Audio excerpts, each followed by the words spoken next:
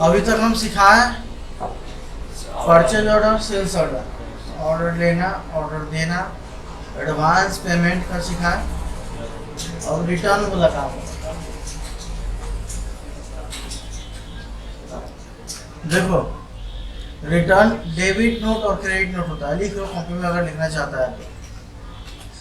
कहानी इसका अलग है, नाम अलग है। कंपनी हम पहले क्रिएट कर लेते हैं।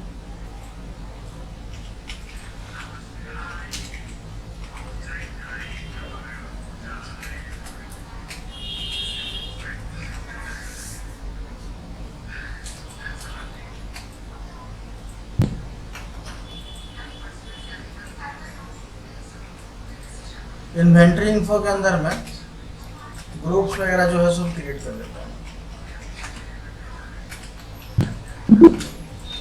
कैटेगरी ओपन कर लेते हैं, कैटेगरी बना लेते हैं।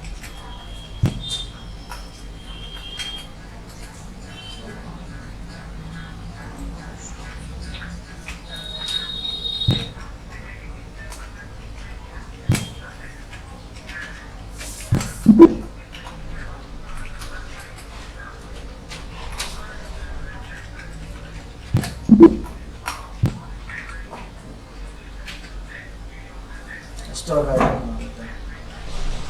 इंडेक्स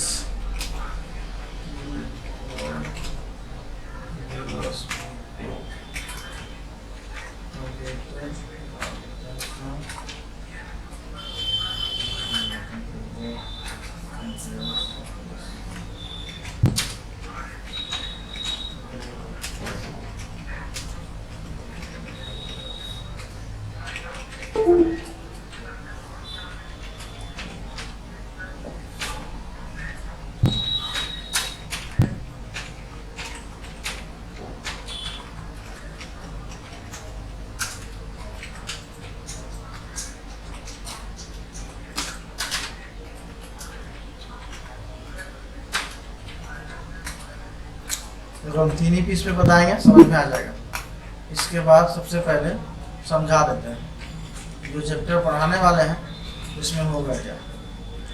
सबसे पहला ऑप्शन है डेबिट नोट। डेबिट नोट इसमें होता है purchase return.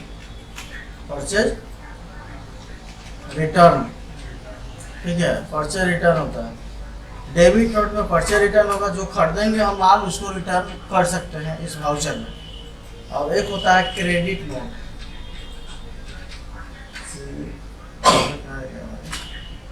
CREDIT, credit note. इसमें होता है सेल्स रिटर्न, ठीक है।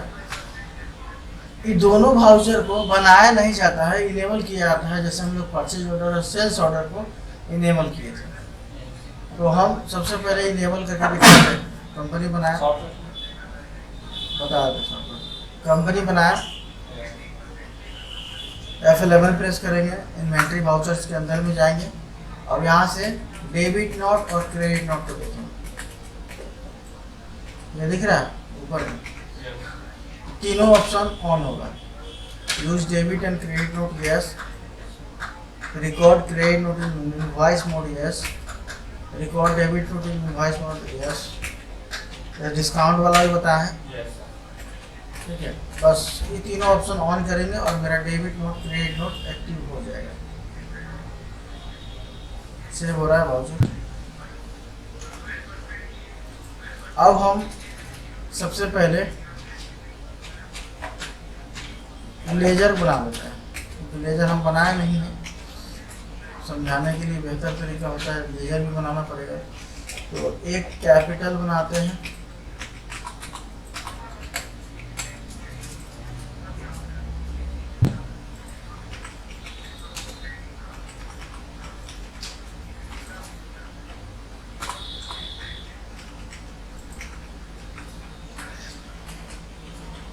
Maintain by bill by detail, ये यस होना चाहिए।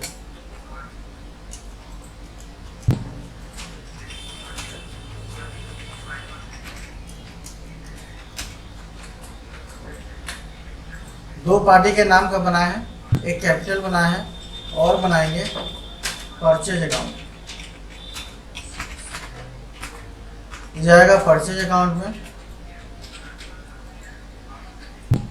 बनाएंगे सेल्स अकाउंट, जाएगा सेल्स अकाउंट में।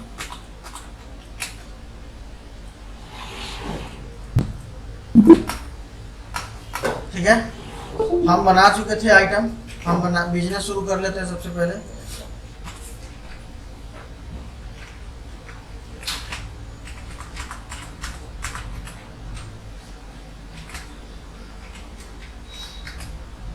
एक लाख से बिजनेस मेरा शुरू हो गया। सामान खरीदते हैं, ध्यान देना, यहीं से मैं स्टार्ट होता है। सामान खरीदते हैं मोहन कंप्यूटर से खरीदेंगे। ठीक है, हम सामान खरीद रहे हैं मोहन कंप्यूटर से। मोहन कंप्यूटर का एड्रेस डाल देते हैं, जरूरी है डालना ताकि इनवॉइस प्रिंट होगा तो उसमें सारा कुछ है। वहाँ मोबाइल नंबर भी डाल सकते हो। परचेज हो जाएगा लेजर, इतना तक पता है सबको। डेल यूएसबी कीबोर्ड खरीद रहे हैं 25 पीस, रेट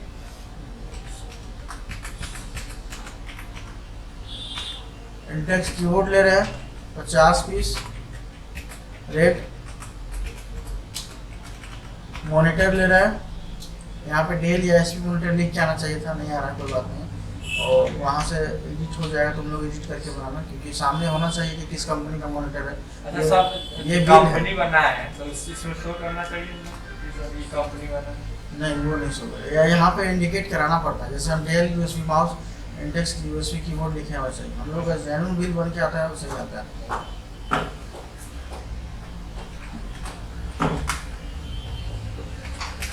38,750 का सामान हुआ, देख लो।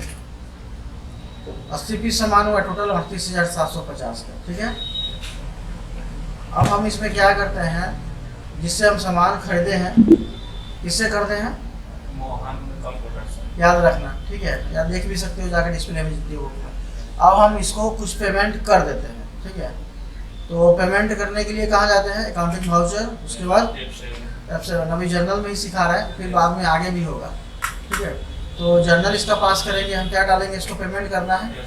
इसका अमाउंट यहाँ आ गया 38,750 रुपये।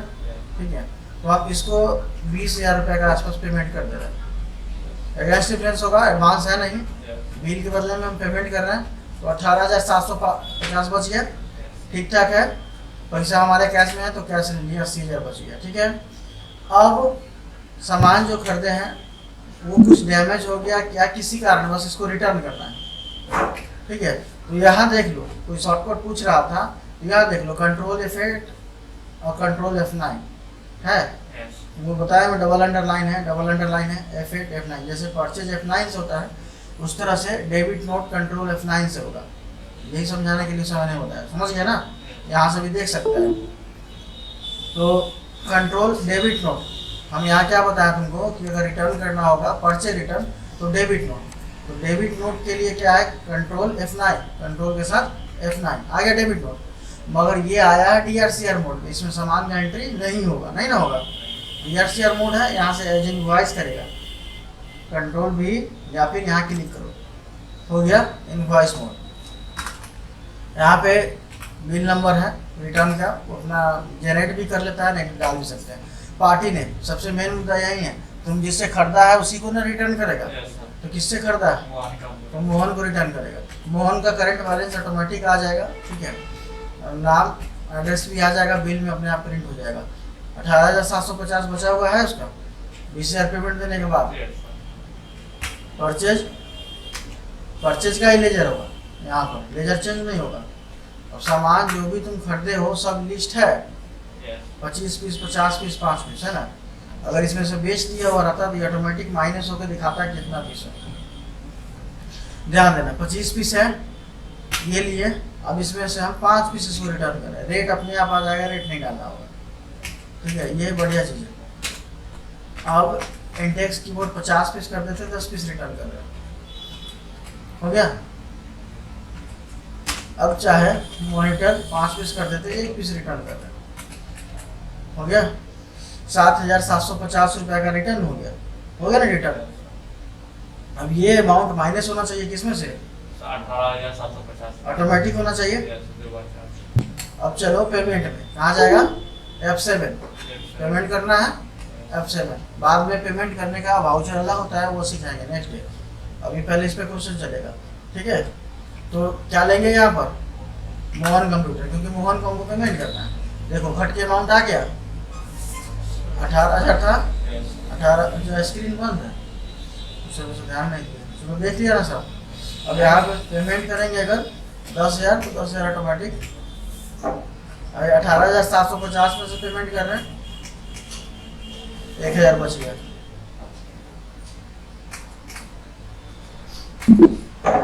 ठीक है। यही है तुम्हारा। फिर माल अगर बेचते हो है ना, सेल्स करते हो तो सेल्स का भी सेम होगा। तो वो एक बार बोला भी नहीं कि डिस्प्ले ऑफ बंद है।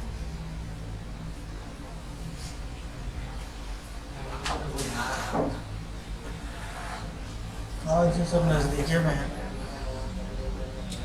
देखो अब सेल्स का भी कहानी सेम है, खाली ध्यान इतना ही रखना कि सेल्स जिसको करेगा माल रिटर्न उसी से न लेगा, इतना ही कहानी होता है, कुछ नहीं। बाकी रेट वगैरह सब सेम आ जाता है, दिखा है तुम लोगों को, बोलना चाहिए ना कि इसलिए हमारा ध्यान इस पर लगा हुआ है। पूछना चाहिए एक बार कि खराब हो जाता तो बनता है, ये पढ़ल रहता है।